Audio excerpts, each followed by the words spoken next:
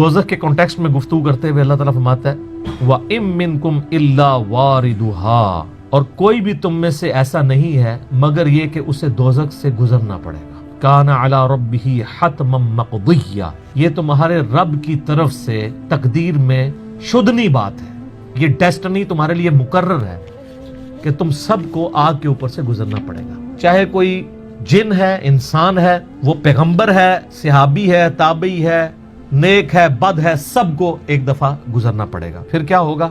सुम्मा नुनज्जिल लज़ीना तक़ौ व नज़रु ज़ालिमीन फ़ीहा जिसिया, फिर हम निजात दे देंगे अहले तकवा को और जो जालिम है उनको घुटनों के बल उसी दोज़ख में रहने देंगे। वलियाउज़ु बिल्लाहि तआला, अल्लाहुम्मा अजिरना मिनन नार, आमीन।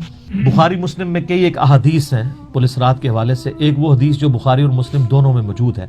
अल्लाह के महबूब सल्लल्लाहु अलैहि वसल्लम फरमाते हैं कि क़यामत वाले दिन अल्लाह ताला जहन्नुम के दोनों सिरों पे एक पुल रखेगा, यानी जहन्नम को पार करने के लिए एक बहुत बड़ा पुल रखेगा। बुखारी मुस्लिम के अल्फाज है, सबसे पहले मैं अपनी उम्मत को लेके उसके ऊपर से गुजरूंगा और उसके बाद बाकी अंबिया भी अपनी उम्मत के लोगों को अपने साथ लेकर गुजरेंगे और हर रसूल की जुबान पे समेत मेरे रब्बे सल्लिम रब्बे सल्लिम रब्बे सल्लिम होगा। ऐ अल्लाह सलामती फरमाना, ऐ अल्लाह सलामती फरमाना, ऐ सलामती फरमाने वाले रब सलामती फरमाना।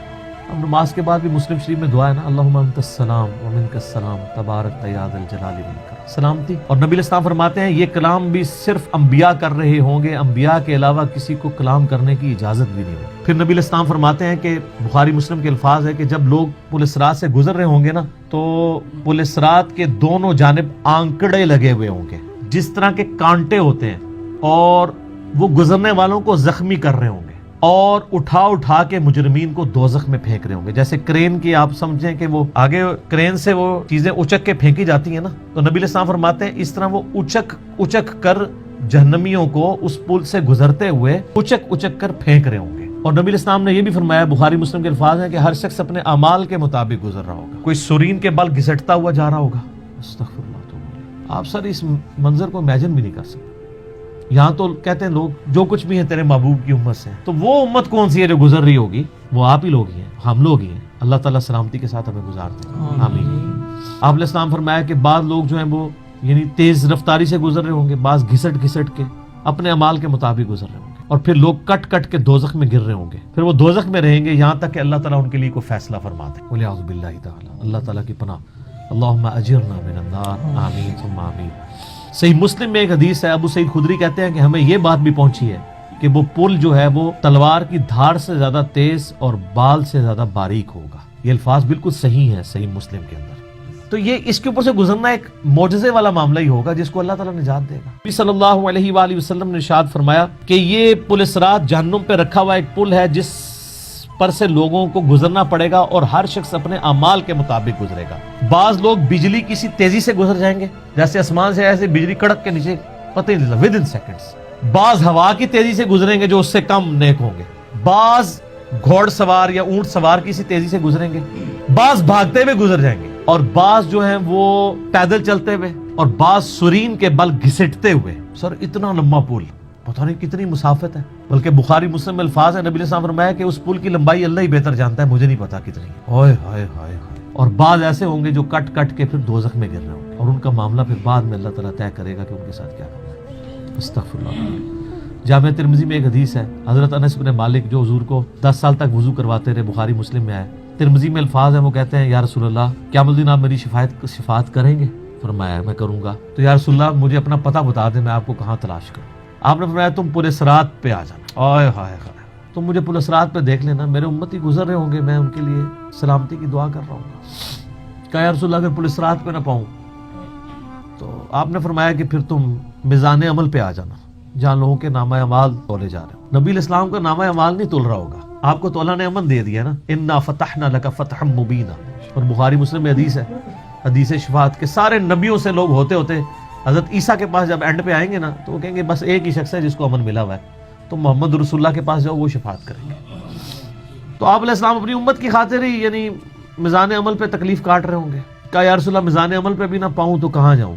फरमाया फिर तुम हौज़े कौसर पे आ जाओ, मैं वहाँ पे अपने उम्मतियों को مشروب پلا رہا ہوں. بخاری مسلم میں درجنوں احادیث ہیں, آسمان کے ستاروں کے برابر اس کے برتن ہیں, اور جو ایک بار پیے گا وہ کبھی پیاسا نہیں ہوگا. جنت میں لوگ مشروب لذت کے لیے پیئیں گے, پیاس کی وجہ سے نہیں پیئیں گے. انہوں نے کہا یا رسول اللہ اگر آپ مجھے پل صراط پہ بھی نہ ملے, میزان عمل پہ بھی نہ ملے, اور آپ صلی اللہ علیہ وآلہ وسلم حوض کوثر پہ بھی مجھے نہ ملے, تو پھر میں آپ کو کہاں تلاش کروں؟ آپ فرمایا تم مجھے تلاش کرنا, میں ان تین میں سے کسی ایک جگہ پہ ہوں. تو بخاری مسلم میں پھر یہ بھی آتا ہے کہ میرے حوض کوثر پہ کچھ لوگ لائے جائیں گے, میں کہوں گا اصحابی اصحابی, میرے ساتھی ہیں. مجھے بتایا جائے گا کہ آپ کے بعد یہ دین سے الٹے قدم پھر گئے تھے, انہوں نے دین میں بدعتیں جاری کر دی تھی. آپ فرماتے ہیں میں کہوں گا سحقا سحقا لمن غیر بعدی, کو دور کر دو مجھ سے, میرا ان سے کوئی تعلق. بخاری مسلم میں الفاظ ہیں, عبداللہ ابن ابی ملیکہ جب یہ حدیث بیان کرتے تھے تو کہتے تھے اے اللہ ہم تیری پناہ میں آتے ہیں اس چیز سے کہ تیرے نبی کے وفات کے بعد ان کے دین سے الٹے قدم پھر جائیں. یہ وہی لوگ ہیں جو حضور کی وفات کے بعد مرتد ہو گئے تھے, مسلمہ کذاب کے ساتھ مل گئے, منکرین زکوٰۃ میں شامل ہو گئے, سیدنا ابوبکر کے خلاف کھڑے ہو گئے.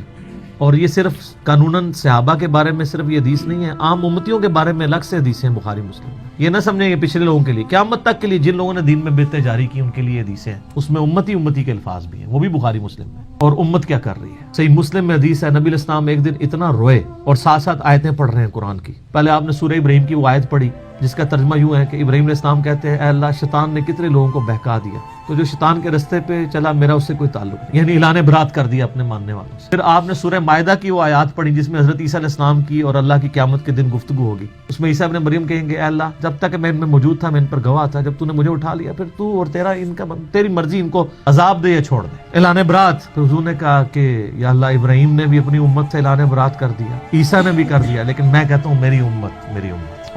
صحیح مسلم کے الفاظ ہیں, حضرت جبرائیل علیہ السلام آئے اور کہا کہ اللہ نے مجھے آپ کی طرف بھیجا ہے اور کہا کہ میرے محبوب سے پوچھو کہ اس کو وہ کون سی چیز ہے جو غم زدہ کر. حالانکہ اللہ کو سب کچھ پتا تھا. آپ نے فرمایا میری امت. تو جبرائیل علیہ السلام نے پھر اللہ کی طرف سے بشارت دی کہ نبی علیہ السلام کو اللہ تعالیٰ فرماتا ہے کہ اے نبی آپ غم زدہ نہ ہو, ہم آپ کو آپ کی امت کے معاملے میں قیامت والے دن رسوا نہیں کریں گے. تو سبحان اللہ تو ہم پڑھتے ہیں, لیکن ہمارے ایسے کردوت نہ ہو کہ سحقن سحقن لمن غیر آبادی نہ ہو جائے کہیں, سحقن سحقن لمن بدل آبادی نہ ہو جائے کہیں. یہ بھی تو چانسز ہے. استغفر اللہ تو بولی. نبی علیہ السلام نے تو اپنی محبت کا حق ادا کر دیا. اور مسلم شریف میں حدیث ہے قیامت کا دن وہ ہے کہ جب ابراہیم علیہ السلام بھی میری طرف متوجہ ہوں گے. جس دن کوئی بھی اللہ کی بارگاہ میں کلام کرنے والا نہیں ہوگا, میں ابراہیم علیہ السلام کی سفارش بھی میں کروں گا. حضور کی سفارش کے بعد انبیاء کو بولنے کا موقع ملے گا.